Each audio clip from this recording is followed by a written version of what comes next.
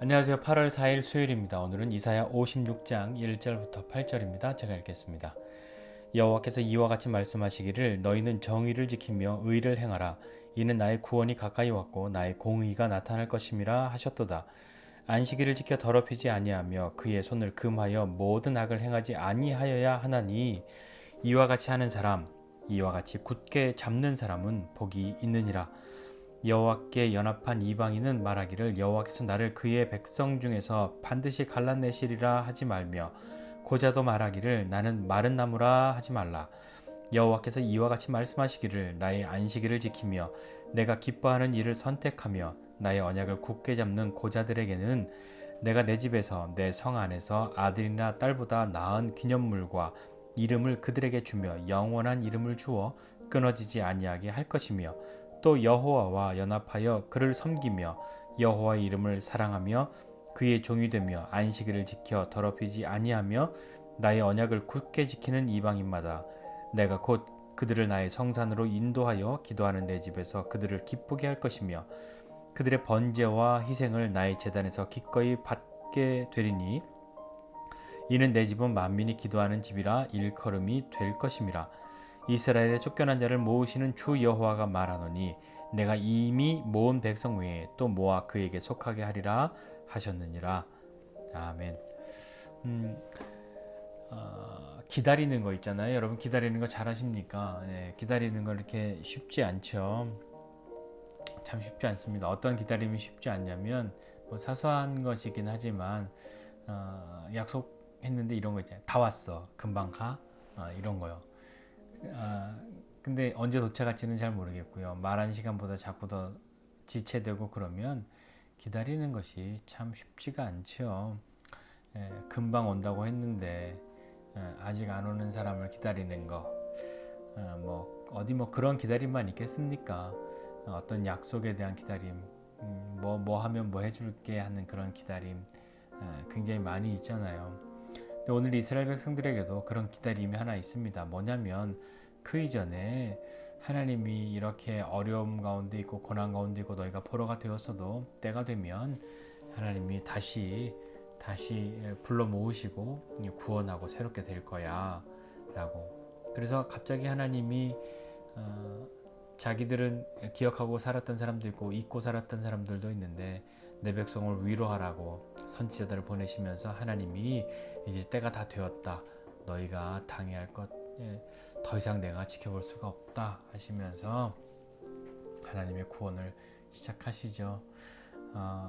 우리도 그렇지 않습니까? 하나님이 역사하신다라고 하셨는데 하나님이 무엇인가 나에게 말씀하셨는데 약속하셨는데 아직 이루어지지 않고 그것을 여전히 기다리고 있어야만 하는 것 같은 때 말입니다. 그럴 때 우리가 어떻게 기다립니까? 어떻게 해야 잘 기다리는 걸까요? 처음에는 굉장히 잘 기다리죠. 하나님 약속하셨어 그러면서 굉장히 잘 기다립니다. 그러나 시간이 지나면 어떻게 되나요? 진짜 이거 약속한 거 맞나? 하는 생각부터 시작해서 내가 제대로 한 거 맞나? 내가 속은 건 아닐까? 하는 그런 마음들. 그래서 뭐 회의가 오고 의심이 들고 또 마음이 해이해지기도 하고 더 심한 경우엔 약속을 잊기도 하지요. 그래서 주님이 다시 오시는 그때 다시 오시마 라고만 약속하셨지 언제 오신다고 약속하지 않으시는 것은 그래서 주님을 기다리는 것이 참 쉽지 않습니다. 당장 내일 오실 것 같았는데 안 오시고 초대교회 때요. 주님이 금방 내 눈에서 어떤 사람들은 자기가 내 눈으로 봤는데 주님이 금방 내가 속히 다시 오마 말씀하셨으니까 오늘 오실까 내일 오실까 얼마나 기다렸겠어요. 그런데 1년이 지나고 2년, 3년, 5년, 10년, 20년, 30년이 지나도 주님이 오시지 않는 그것 때문에 어떤 사람들은 참 많은 일들을 겪어야만 했단 말입니다. 자, 오늘 하나님이 이와 같이 말씀하시기를 너희는 정의를 지키고 의를 행하라 이렇게 말씀합니다. 너희 내 약속을 기다리는데 이제 내 약속이 이루어지는데 정의를 지키고 의를 행해야 해. 왜냐하면 나의 구원이 가까이 왔고 나의 공의가 나타날 것이기 때문이야. 그러니까 정의를 지키고 의를 행해. 예를 들면 뭐냐면 안식일을 지켜 더럽히지 않는 거야. 안식일을 지키는 것에 대해서 언급하고 있는데요. 사실 뭐 안식일을 지킨다 하는 것은 율법에 있으니까 잘 지켜야 하는 것인데, 이스라엘의 왕들이 있던 시절보다는 이렇게 포로가 되었을 때에 이런 이 율법이 더 크게 부각되어서 인식이 됩니다. 왜냐하면 뭔가 환경이 바뀌었잖아요. 편안하지 않잖아요. 마음대로 하나님을 마음껏 섬기고자 하는데 그렇게 할 수 없는 때가 되었잖아요. 마치 요즘에 예배 드리는 것 이렇게 다 모이지 마세요 뭐 이렇게 하는 것들 때문에 마음이 힘들고 어려운 분들도 많지 않습니까? 그렇게 하지 말라고 하니까 막 이전에는 뭐 오늘 좀 교회 안 가고 딴 데 갈까 했다가도 교회 간 적이 너무 오래되니까 교회 너무 가고 싶은데 하는 그런 마음이 드는 것처럼 이 이스라엘 백성들도 포로기를 지내면서는 하나님의 율법을 지키고 하나님을 섬기고 예배하는 것, 안식일을 지키는 것, 그것이 얼마나 크게 그들에게 다가왔고 남아 있지 않았겠습니까? 그런데 중요한 건 뭐냐면요, 안식일만 지키면 되는 거야. 그것이 아니라 안식일을 지켜 더럽히지 않아야 되고 손도 금화에서 모든 악도 행하지 않아야 해 라고 말씀하셨어요. 자, 중요한 건 뭐냐면 안식일을 지키는 행위, 그것이 아니라 안식일을 지키는 마음에 대한 것이 더 큰 것이라고 생각합니다. 아주 단순하게 한번 빗대어서 이야기해 보면, 주일 되어서 만약에 우리 교회를 갑니다.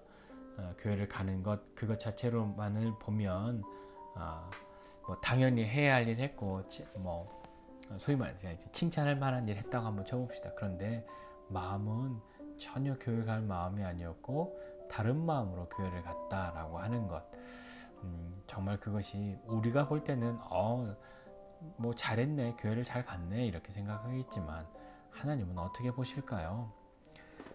안식일을 지켰다는 외적인 모양보다도 더 가치 있고 더욱 중요한 것은 어떤 마음으로 안식일을 지키는가 하는 겁니다. 손을 금하여서 악을 행하지 않아야 하는데 왜 악을 행하지 않아야 하는가에 우리의 마음을 두어야 하는 거죠.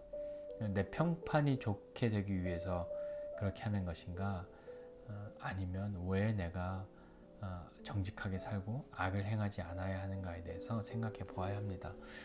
안식일을 지켜서 더럽히지 말고 손을 금해서 악도 행하지 않아야 하는데, 그렇게 하는 사람, 이와 같이 하는 사람 복이 있고, 또 어떤 사람 복이 있냐면 이와 같이 굳게 잡는 사람 복이 있다 이렇게 이야기합니다. 율법을 지키는 것이, 하나님의 뜻대로 사는 것이 쉬운 사람이 어디 있겠습니까? 그러나 그걸 열심히 그렇게 크게 어렵지 않아요 라고 할 수 있는 사람이 혹 있을 수도 있습니다. 하지만 대부분은 어렵죠. 참 어렵습니다. 하나님의 뜻대로 사는 것 정말 어렵잖아요. 그러나 잘 못 지킨다고 해서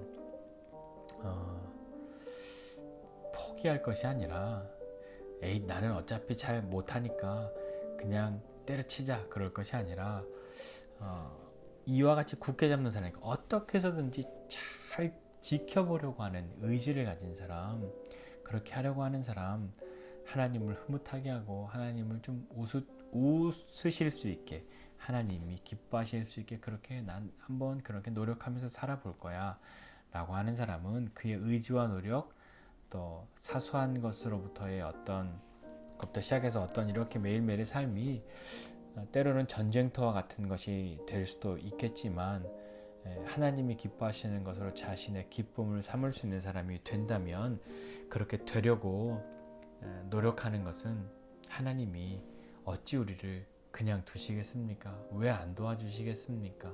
하나님의 도움은 거기에 있는 것이죠. 우리가 주님의 뜻 따라가려고 하는데 우리의 힘과 능으로 할 수가 없잖아요. 그러니까 도와주셔야죠. 어떻게 우리가 안식일도 지키고 모든 악도 하지 않아야 한다, 그렇게 겉으로는 하지만 속으로는 여전히 죄를 짓고자 하는 그런 마음을 감추면서 다른 죄를 짓고 사람들에게 들키지 않는 것으로 나는 괜찮아 그렇게 할 것이 아니라 내가 그렇게 살아야 내 아버지가 기뻐하셔. 그게 내 기쁨이야. 그런 마음이 되어야죠. 자, 때로는 내 마음이 그렇게 준비가 되어 있지 않기 때문에 겉으로 하는 것이 의미가 없어 라고 해서, 그러니까 내가 그렇게 하나님 사랑하지도 않는데 교회 가는 게 무슨 의미야 라고 해서 에이 때려치워, 그것이 아니라 그 마음을 바꾸고 그 마음에 믿음의 용기를, 격려를 받는 것이 더 중요하지 않습니까? 형식은 안 중요해가 아니라 마음을, 자기가 가진 마음을 잘 드러내는 아름다운 모습이 있어야 할 것이고요. 또 아름다운 모습에 걸맞는 마음도 우리에게 필요합니다. 그러니까 다 중요하단 말이에요. 내가 어떤 마음으로 하나님을 섬기고자 하는지, 내가 정말 하나님 사랑해서 하는 그런 삶이 되어야 할 거고, 하나님 사랑하지 않으면서 그런 삶의 모양만 취할 것이 아니라 내면도 중요하단 말입니다. 그러니까 우리가 내면이 충실하면 겉은 자연스럽게 오히려 더 편안하게 따라올 수 있고요. 드문 경우이긴 하지만 겉이 먼저 그럴듯해져서 이렇게는 안 되겠다 해서 속을 채워가는 경우도 없지는 않습니다. 다 필요하다는 이야기예요. 자, 오늘 이 말씀 보면서 하나님의 말씀을 기다리는 사람, 구원하심을 기다리는 사람들의 삶은 정의와 의를 행해야 하는데, 그 중에 예를 들면 안식일 잘 지켜, 그러니까 율법을 잘 지켜, 범죄하지 마.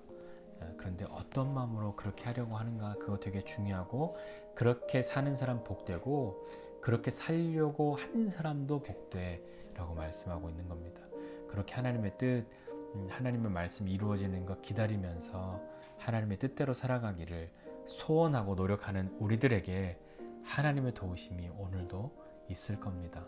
하나님의 도우심, 그리고 그분을 기다리는 믿음으로 살아가는 저와 여러분 모두가 되시기를 주님의 이름으로 축복합니다. 기도하겠습니다.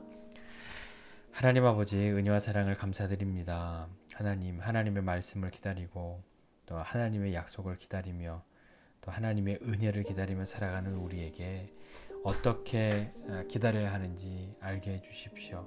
기다리되 최선을 다해 기다리게 해주십시오. 믿음으로 기다리게 해주십시오. 정의와 공의를 행하며 살고 그 마음이 어떠한 마음에서 그렇게 어떠한 마음으로 정의와 공의를 행하며 하나님의 뜻대로 살아가려고 하는지, 혹 어긋나 있고 부족한 우리의 마음이 있다면 정말 수고하고 애써서라도 주님 닮고 싶은 그런 마음들로 살아갈 때 하나님의 도우심을 경험하는 우리 되게 해주십시오. 우리는 정말 주님의 도우심이 필요합니다. 내 힘으로 내가 다 이룰 수 있어 할 사람이 아무도 없기에 여전히 일어선 듯 하나 다시 넘어지고 일어선 듯 하나 또 쓰러지고 있는 우리들에게 주님의 도우심이 오늘도 필요하오니, 주님 오늘도 주의 말씀대로 하나님 기뻐하시는 삶을 살고자 의지적으로라도 붙들고 굳게 잡으려 가는 우리에게 은혜를 베풀어 주십시오. 예수님의 이름으로 기도드립니다. 아멘.